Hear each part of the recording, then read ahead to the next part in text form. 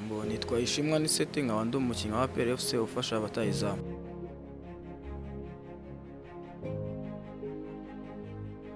Urumva ni byinshi nyine, urumva hari intambwe uba uteye.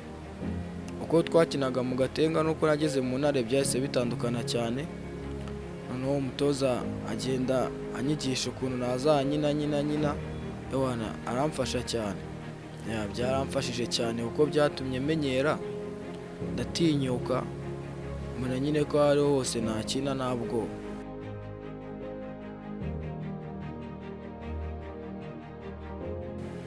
Bwa mbere babimbwiye bantunguye ko banzamuye, kuko Katiba yarabimbwiye, abimbwira nk'uyu munsi. Haciyeho umunsi ngiye kumva numva umwafande twabaga turi kumwe witwa Alex arambwira ati rero ngo wakuzamuye, niwe wanegeye. Turamanuka tugeze aha ngaha bahita bambwira ngo ngiye mu myitozo, mpita numva ko binshimishije nyine ko hari hamwe mvuye hari n'ahandi ngiye.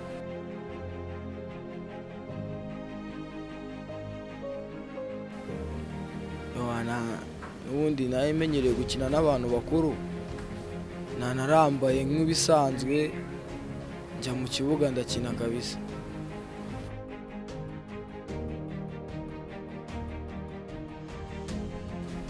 Koca nikihagera bwa mbere yarambonye arambwira ngo nakwishimiye, ngo ufite taye nziza. Mpita numva ko bwa mbere yanyishimiye, atambwira ati rero ntugire ubwoba, aha ni ibisanzwe ko wakinaga mu Ntare nawe wakina nta gisha. Mpita numva ko angiriye icyizere, ndavuga ngo ubwo bangiriye n'icyizere hasigaye n'ahanjye, nanjye ndakora. Kubera ko Yunus Unagire twabaga turi kumwe no mu kademi, bo babazamura mbere njye nsigaramo. Naraje nyine baranyakirira, barambwira ati urakaza neza kandi ni ibisanzwe, ngwino twikinire. Numva nyine biranshimishije, numva bananiye imbaraga zo gutuma ndi bukore nabo ngabo. Itandukaniro imyitozo twakoraga mu Ntare niyo muri APR iratandukanye. Ikintu cyangoye bwa mbere, urumva nko mu Ntare iki kintu mu Ntare bamfashe kikata kinamfasha no muri APR. Mu Ntare twakoraga physique ya danje bakatwirukansa, noneho muri APR bazanye ya physique mbona irasanzwe nyine nkuko mu Ntare twayikora, ariko nyine ukuntu bo bakinaga bitandukanye n'ibyo mu Ntare twe twakina. Ko twe twakoraga tugakora twikubitira nka deka, ariko bazana noneho tukaza dukina nko mu tuje dutoya, kabona nyine kari kugucangamo ukuntu, ariko byose umuntu aramenyera. Ndibuka ko wari umukino twari tugiye gukina na Gasogi, imvura yari yaguye ari i Nyamirambo. Mbona koca banshize kuri 18, arambwira nubwo tugushize uri bukine isaha n'isaha ube witeguye kujya mu kibuga. After time yari irangiye bamaje nko dutsinda 2-1, yo kubona muri atubwiye ngo tujye muri Eshufuma. Nibuka ko koca yambwiye ngo ndi bukine, ngiye kumva numva arambwira ati ngo ninje yaranyigera, arambwira ati rero nari nabiguteguje, nibibe nk'ibintu bigutunguye, nakugiriye icyizere nawe nyereka ko wizeye. Numva nyine biranshimishije cyane, ndavuga ati ubundi ubwo bimeze gutya hasigaye iki, ndagenda nanjye ndikinira.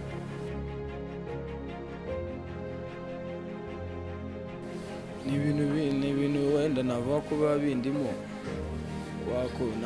iriya action ntabwo nari gusubiza inyuma, kandi bari kutwataka dufite 1-0, ubona ko bashaka kutwishyura.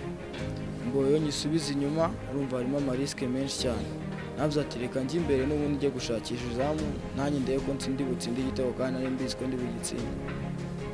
Iyo mfashe umupira, ikintu cya mbere ndeba ni izamu. Iyo izamu mbonye rifunze, nkareba umwataka nimba ahagaze neza nkamuhereza, cyangwa nareba nk'undi mukinnyi turi gukina ahagaze neza ku buryo ari buhita aduha intsinzi, nkahita muhereza. Gusa nyine priority aba ari izamu. Umukino wa Mukura nanjye nawukinnye numva nishimye nyine, kubera ko guca twakinnye na Mukura, guca nanone arambwira ati uri bujyemo full time. koca arambwira ati ewana mwana wanjye wigirire icyizere utagira ubwoba, genda kwizeye kandi urwo uri bukore. Nanjye ngiyemo ndizera ndakina kabisa.